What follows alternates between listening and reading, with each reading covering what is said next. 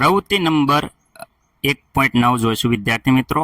લોખંડ અને કોપર સલ્ફેટનું જે દ્રાવણ છે એમની વિશેની પ્રક્રિયા સમજશું. કોપર સલ્ફેટ એટલે કે CuSO4 વિદ્યાર્થી મિત્રો ભૂરા રંગનું હોય છે, જે તમે જોઈ શકો છો. એમાં લોખંડની ખીલી જ્યારે આપણે ડુબાડીએ છીએ ત્યારે વિદ્યાર્થી મિત્રો જે પ્રક્રિયા થાય છે એ FeCuSO4 સાથે પ્રક્રિયા થાય. તમે જોઈ શકો છો કોપર છૂટવું પડે છે. આપણે આ ખીલીઓ કોપર સલ્ફેટના દ્રાવણમાં નાખીએ છીએ અને આ કોપર સલ્ફેટના દ્રાવણમાં શું અસર થાય છે એ આપણે ધ્યાનથી એનું અવલોકન કરશું. લાંબા સમય સુધી એટલે કે વિદ્યાર્થી મિત્ર 20 મિનિટ સુધી આ ખીલીઓને આમાં ડુબાડી રાખવાની છે, જેથી કરીને સરળતાથી આપણને પ્રક્રિયા સમજી શકીએ. તમે જોઈ શકો છો કે ધીરે ધીરે રાસાયણિક પ્રક્રિયા થાય છે.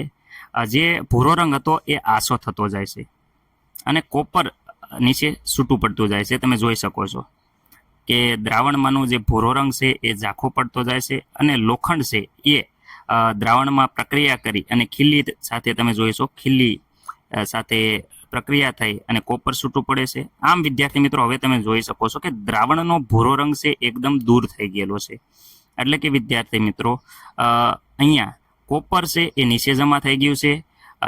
આ ભૂરો રંગ જે પહેલા હતો ટેસ્ટ ટ્યુબમાં તમે જોઈ શકો છો ઘાટો હતો એ એકદમ આસો થઈ ગયો છે. ખીલીની વાત કરીએ તો પહેલા ખીલી એકદમ જે ચમકતી હતી એની જગ્યાએ ભૂરા રંગની જે કોપર જામેલી ખીલી છે. ખીલીનો રંગ આપણે સમજવા માટે હવે ફરીથી એક પ્રવૃત્તિ કરીએ છીએ.